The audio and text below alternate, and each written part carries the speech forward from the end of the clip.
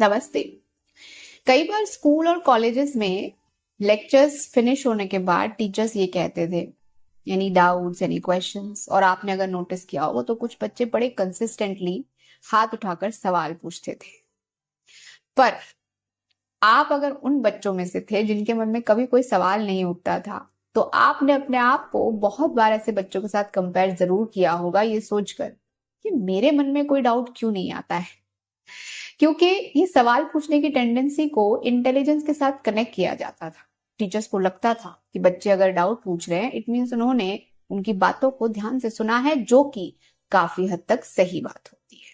लेकिन जिनके मन में सवाल नहीं उठता, इसका मतलब उन्होंने सुना नहीं है, ऐसा नहीं होता है।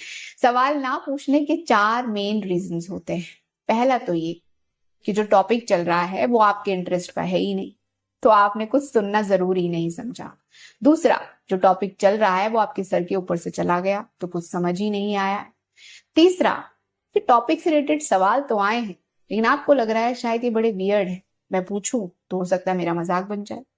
और चौथा ये कि आपने अपने टीचर के हर एक वर्ड को बिलीव कर लिया, उसको सच मान के एक्सेप्ट कर लिया।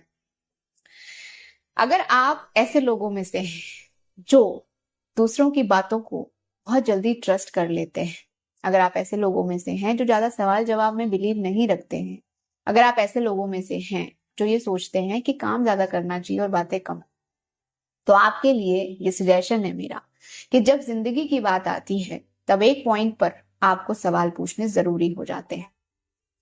जब बात आती है आपको मिसगाइड करने की, आपके कैरेक्टर की, आपको मैनिपुलेट करने की, आपको अब्यूज करने की, जब आपको लगता है कि चीजें सही डायरेक्शन में नहीं जा रही हैं, जब आपको ऑफ फील होता है, तब आपको सवाल पूछ लेने चाहिए। क्योंकि लोग आपके ट्रस्ट को ग्रांटेड ले सकते हैं और आपको गलत डायरेक्शन में मिसलीड कर सकते हैं।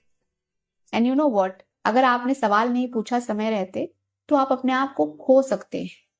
तो ध्यान रहे कि जब सवाल जिंदगी का हो तब पूछ लेना जरूरी होता है, वरना ना लोग आपसे ये कहकर बड़ी आसानी से छूट जाएंगे कि आपने पूछा नहीं तो हमने बताया नहीं।